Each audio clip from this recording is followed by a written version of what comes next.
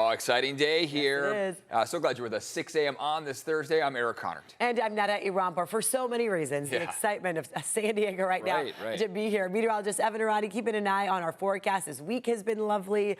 We've all been wondering, do we need to reschedule things for the weekend? You said wait till, a couple of days You've all been before. wondering how I'm about to ruin your Well, I know. I mean, the Padres do have lots of options. Thursday, Friday, Saturday, Sunday games. Yes. All the choices we have. What I'm pretty confident in right now is that Thursday, Friday, and Saturday games, we're not going to have much trouble. Okay, there you go. All right. Even Sunday, our rain totals are between 1/4 of an inch and about 1/2 an inch. I'd say if we were on that 1/2 inch side, and if we saw any thunderstorms, that would, of course, be a concern out at Petco Park. But for now, Thursday, Friday games, they will be dry. Saturday's game has a little bit more of a question mark over it because that chance for rain is at about 20%. Starting to drop for Saturday and starting to climb for Sunday. In the meantime, today, enjoy the low 70s out by the coast, low 80s inland. Clouds are rolling in, a little bit cloudier of a day overall. Vanessa Paz is checking in on traffic and seeing how your road conditions are for our Thursday. Are you still going to one of the games? What are you thinking? Yeah, I'm still going Saturday. I'm getting over this cold, so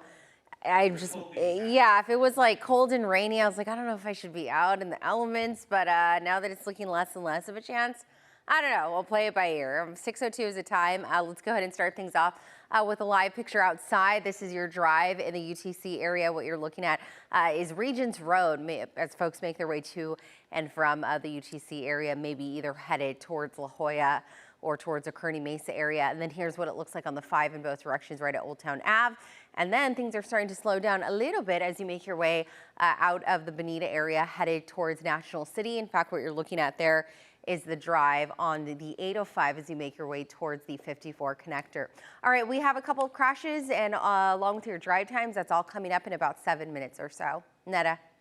All right, Vanessa, thank you very much. And now this morning, the Padres set to launch their new City Connect uniforms. Yeah, the team store is set to open early for that release. Speaking of early, News 8's Tori Apodaca live near Petco Park. People have already been lined up there. They've been there for many hours, some of them, right? That's exactly right. Early bird gets the jersey, right? Our friend who was the first in line got here at 8 p.m. The team store doesn't even open till 8 a.m. Then our other friends who were next in line, they got here at 4 in the morning. Dedicated fans, and now the line is growing, so I want to introduce you to these folks here. What are you guys expecting to see today? Is this Taylor Swift autographs? No, I'm just kidding. It feels like it, though. Padres. Look at this line. Padres. What are you hoping to see in it? I hope the design is good. The first one took a while to grow on me. It looked like pajamas at first, But I'm hoping this new design is awesome. Yeah. How about you guys in line just behind him? You got here probably within the past 20 minutes or so. Okay. Why is it so important for you to be out here? I don't know. I just kind of want to be a part of it. 3-4 years ago when they came out with it, it was really nice. I kind of missed out on that opportunity, so took a lot of convincing, for my wife to let me come out here. So if I come home empty-handed or anything like that, I'm probably going to get in more trouble than I already am. So please don't kill me when I get home. But no, yeah, I'm excited to be here. Obviously I thought I was going to be the first one, but not. But the design looks. Hopefully it's really nice. So yeah, I'm excited. Yeah. Probably we're not expecting to see this line. Yeah, definitely, yeah.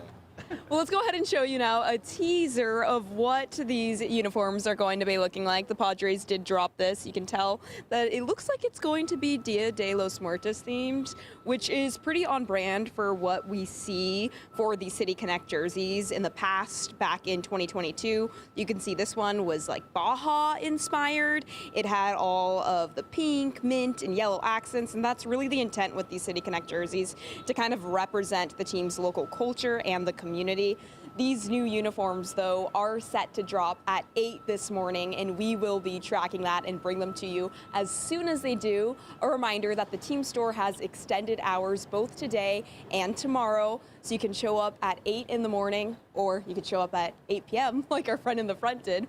But at 8 in the morning, you'll be able to get your hands on this new gear, and then you can keep the party going tomorrow afternoon, just before the Padres game, out at Gallagher Square. They'll be hosting a party where you'll be able to shop for the new gear. There'll be live music, drinks, specials at just $5, and then the Padres will be sporting the new uniforms at tomorrow night's game. For now, we'll send it back to you. You can match with the team. Yeah, very so exciting. that's part of the big appeal. Thank you, Tori. Now to this excitement right now, the Artemis 2 crew is on the way back home to Earth after that history-making trip around the moon. So tomorrow, they will be splashing down off of our coast, San Diego. News 8's Chris Groh with all the details on the Navy ship that will be picking them up and how they're going to bring them back to land. What is the plan, Chris? Yeah, so much that goes into this. All of course, the sailors that will be a part of this. NASA as well, too. In fact, they're already off the coast, the USS Mirtha, getting in position for this splashdown. So this has been years in the making. In fact, according to the Navy captain we spoke to, they've been training for this for about 12 years. And San Diego, of course, chosen because of the presence of the Navy as well as the good weather for this time of year when they expect to obviously have the Orion capsule make that splashdown. Now, where we are now, this is going to be a really cool spot to see the capsule once it is brought into land. But technically, you may not see the landing from offshore because it's going to happen 50 to 70 miles offshore. That'll be happening around 5:07 p.m. our time tomorrow night. As for who's going to be assisting, we have sailors from Naval Base San Diego, as well as sailors from Naval Air Station North Island. There's going to be a special operations dive team and a helicopter squadron that will assist. They're going to get these astronauts, these 4 astronauts from inside of that capsule, get them onto the ship, make sure that they have that medical care, get that assessment done, make sure that they're okay, and get them home safely. We spoke to, again, that Navy captain. Here's a little bit more of our conversation of what he had to say about this important mission. We have mobile dive teams to go out there, open the capsule, get the astronauts out safely onto basically a floating raft, and then helicopters will extract them from that raft out to the ship and get medical care. There's falling debris coming from the capsule, stuff like that NASA has tools to monitor, so we'll make sure public safety and wildlife safety is all at the forefront of our minds.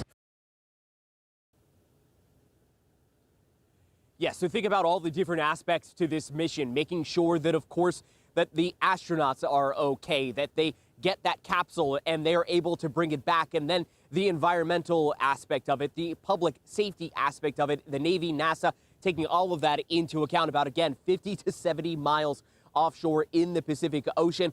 Captain Neil Kruger, who you just heard from there, went on to say that this is one of the coolest things that he has ever done as a service member there in the Navy. Back to you guys in studio. Oh, that is going to be for him to say that too. quite the operation. Ooh, amazing. Yeah. I mean, literally universal interest in this. Yeah, so pretty incredible. Thank you very much, Chris. Starting today, the Fleet Science Center in Balboa Park is hosting Artemis Week. Yeah, doing a whole week of this. That's great. They will have NASA mission experts and San Diego scientists on hand, as well as Artemis exhibits and activities. This runs today through Saturday. Tomorrow, they are also showing the local splashdown in their giant dome theater. That part is sold out for good reason. The San Diego Air and Space Museum is also hosting a watch party tomorrow. And the Hotel del Coronado's sun deck will be renamed to the Moon Deck tomorrow, where they will be live streaming the landing as well. Okay, so splashdown scheduled for 5:07 p.m. on Friday. We're going to have special coverage all day long, starting with our morning show at 5 a.m. Remember, you can stream us for free anytime on the CBS 8 app. And coming up here in 30 minutes, we're going to hear from the Artemis crew as they reflect on this incredible mission. I love how our, the sound that comes from them is so clear, the images, it's we get like full access, it seems. And we haven't even seen everything. Yeah. Exactly. I mean, it's really going to be all our lives that we'll be able to talk about this specific mission. It has been incredible to watch firsthand, to watch live. So to be able to see this come to a close, a successful close, is going to be a beautiful thing to see on Friday.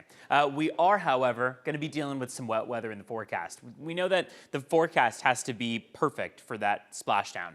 Right now, it seems like Friday is going to be a day where we start to watch as those clouds really move on shore. We should be seeing a gradual kind of pushing back of this wet weather. We originally thought Saturday would be our wettest day. Now it seems like Sunday will be our wettest day. Clouds are rolling in here for today. That's going to be something to watch for, is that those clouds are going to join us and that they'll be abundant today. They'll break apart a little bit more tomorrow and on Saturday, and then Sunday will be that main day of wet weather. We previously were able to see the about half full moon, but now those clouds have really thickened. Sunrise 6:26, about 15 minutes from now, but similar to every day this week, we'll be socked in. Should see some partial sunshine by the afternoon. If you're going to be out at Petco Park, expect temperatures to be jumping from the 60s into the low 70s. If you're out at about 1 p.m., just partly cloudy skies, upper 60s, low 70s, light breeze. Can't ask for a better forecast, still on the warmer side of average. And then we've got those two separate troughs of low pressure sliding in. Light rain, slight chance for thunderstorms starting to drop off here for Saturday. And then Sunday expected to be our day of heaviest rain. Vanessa Paz is checking in on traffic. How are our roads this morning? Mighty fine for the most part. We have a couple of crashes, which I'll note in just a moment. I do want to give you a few live shots, though, of our freeways. This is the 15 in both directions right at Poway Road. Things are pretty steady as you make your way in from the Escondido area. Meanwhile, here's what it looks like on the 5 in both directions.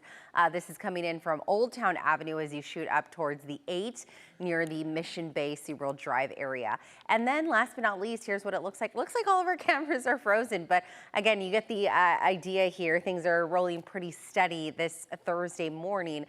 So that's good if you got to get somewhere on time. All right, we have a couple of crashes. We have one that may impact the travel if you're headed in from Escondido. It's on the 15 right at Auto Parkway. It looks like it's not causing any slowing, but it is blocking one of the center lanes. And again, that's on the 15 right before you hit 9th Avenue. Meanwhile, we have another crash, and this one is causing quite a crawl as you make your way in from the Normal Heights, Kensington area on the 15, passing the 8. In fact, you could see all of that slowing, speeds likely down to about 10, 20 miles per hour or so. And this is pretty much on the 15 as you make your way towards Arrow Drive. It looks like the crash is blocking one of the off-ramp lanes and, yeah, causing a lot of slowing. So maybe you opt for the 805 this morning as an alternate route to avoid all of that red. All right, 6:12 is the time. Let's go ahead and pull up some of those border wait times for you. Yesterday, we were tracking about 3 hours to get you across from Otay Mesa. This is a little bit of a different story this morning. Right now, we're tracking about 1 hour 40 to get across from Otay Mesa and about 1 hour and a half to cross from San Ysidro. So pretty similar in terms of wait times.